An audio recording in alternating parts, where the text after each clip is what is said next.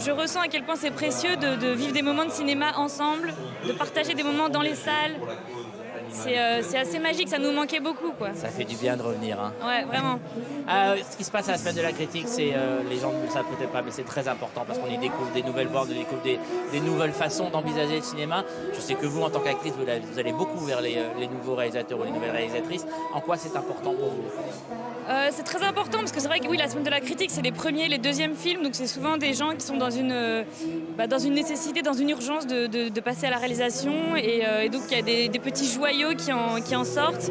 Et moi, depuis toujours, j'ai fait des premiers films et j'ai envie de continuer à en faire parce que c'est vraiment un moment très précieux, quoi. Un premier geste, c'est le premier élan. Souvent, ça raconte beaucoup des grands thèmes qui vont être après dans l'œuvre des cinéastes. Avec l'expérience que je commence à avoir, j'ai l'impression que je peux rentrer en collaboration avec les metteurs en scène, quoi. C'est un travail vraiment de partage. C'est quoi les grands thèmes qu'aborde Charline Bourgeois-Tequet dans Les Amours d'Anaïs ? C'est clairement les relations amoureuses.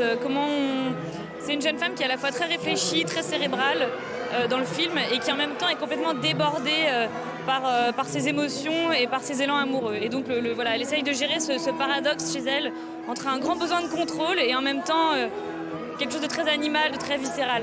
Votre premier film à Cannes, c'était Le Haneke, c'est ça ? C'était Le Temps des Loups ? Oui. Vous étiez venu, je me souviens pas. Ah oui. Et c'était comment ? Moi, j'avais 13 ans, c'était exceptionnel, c'était incroyable. C'était une projection très houleuse, il y avait des gens qui étaient contre le film, d'autres qui étaient très pour, donc il y avait des applaudissements, des sifflements. Je me rappelle de ces marches et des hurlements, parce qu'il y avait Isabelle Huppert dans le film et je n'étais pas préparée à Isabelle aux hurlements des photographes. Et je trouvais ça à la fois très magique, en même temps un peu presque agressif en fait.